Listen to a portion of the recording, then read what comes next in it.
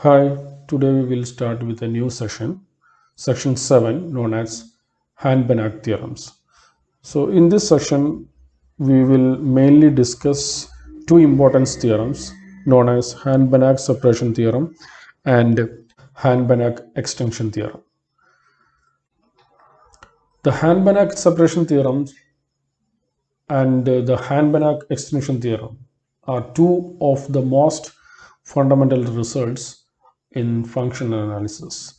The first deal with separation of two disjoint convex subsets of a normed space by a closed hyperplane, while the second ensures a norm-preserving linear extension of a functional on a subspace of a normed space.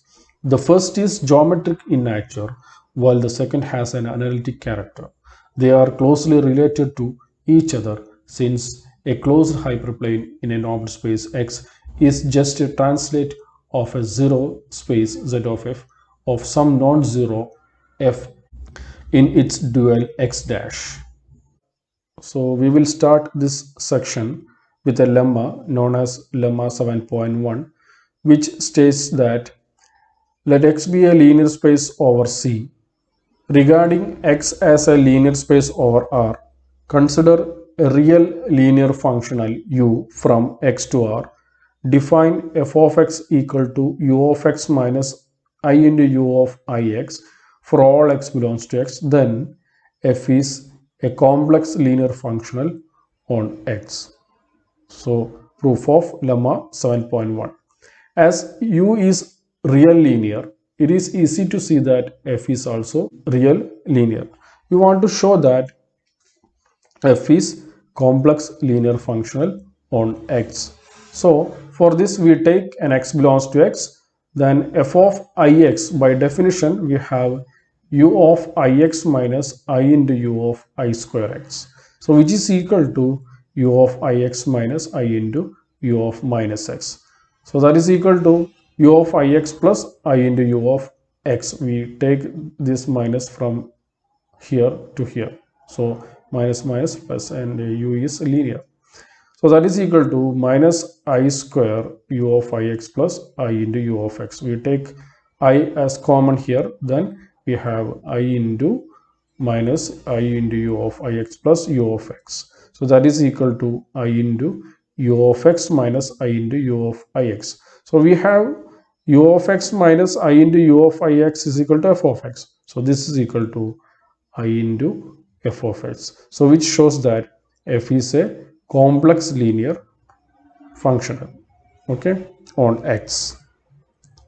Now before going to the next lemma, we need a definition of hyperspace. A maximal proper subspace of x is known as a hyperspace in x. A proper subspace Z of x is maximal if and only if the span of Z union singleton A equals x for each A does not belongs to Z. Okay, so we use this definition in next lemma 7.2. This lemma states that let X be a linear space over K and Y be a subspace of X, which is not a hyperspace in X. If x1 and x2 are in X but not in Y, then there is some X in X such that for all t belongs to closed interval 0, 1, tx1 plus 1 minus t into X, which does not belongs to Y, and tx2 plus 1 minus t into X, which does not belongs to Y. Next, if X is normed space, then the complement of Y is connected. Okay, so the proof of lemma 7.2. So first we want to show that for all t belongs to closed interval 0, 1, tx1 plus 1 minus t into x does not belongs to y. Okay, so if tx1 plus 1 minus t into x2 does not belongs to y for all t belongs to open interval 0, 1, here if we let x2 equal to x, then the proof is clear. Okay, now assume that tx1 plus 1 minus t into x2, which belongs to y for all t belongs to open interval 0, 1, and let S belongs to open interval 0 1 is such that Sx1 plus 1 minus S into x2 which belongs to y. Then Sx1 plus 1 minus S into x2 equal to y for some y belongs to capital Y. This is our equation number 1.1. In this case, span of the set yx1 which is equal to span of the set yx2. Since let x3 belongs to span of yx1, then we have x3 can be written as the linear combination of these elements, that is x3 equal to y1 plus kx1, where y1 belongs to capital Y and k belongs to capital K. So this implies x3 equal to y1. We substitute the value of x1 from equation number 1.1 here. Then we have k into y minus 1 minus s into x2 divided by s. Okay, this is the value of x1. This is from equation number 1.1. So that is equal to y1 plus. Then if we expand this bracket, we have y1 plus ky divided by s minus k into 1 minus s into x2 divided by s. So this implies x3 belongs to span of the set yx2. Since we have y1 belongs to capital Y, okay, and also ky by s also belongs to capital Y, then y1 plus ky by s also in y, and also k into 1 minus s divided by s into x2 is a constant multiple of x2. Okay, so we have x3 belongs to span of the set yx2. So this shows that span of the set yx1 which is subset of span of the set yx2. Similarly, we can show that span of yx2 subset of span of yx1. So this shows that span of yx1 equal to span of yx2. Okay, now since y is not a hyperspace in X, we have span of the set yx1 which is does not equal to capital X. Let x belongs to X be such that X does not belongs to span of the set yx1.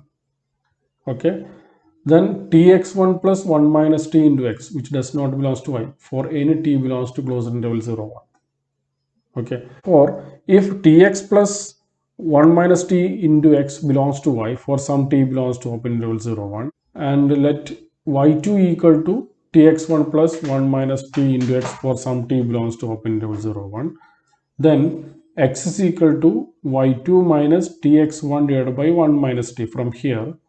Okay, so this is equal to y2 divided by 1 minus t by 1 minus t into x1.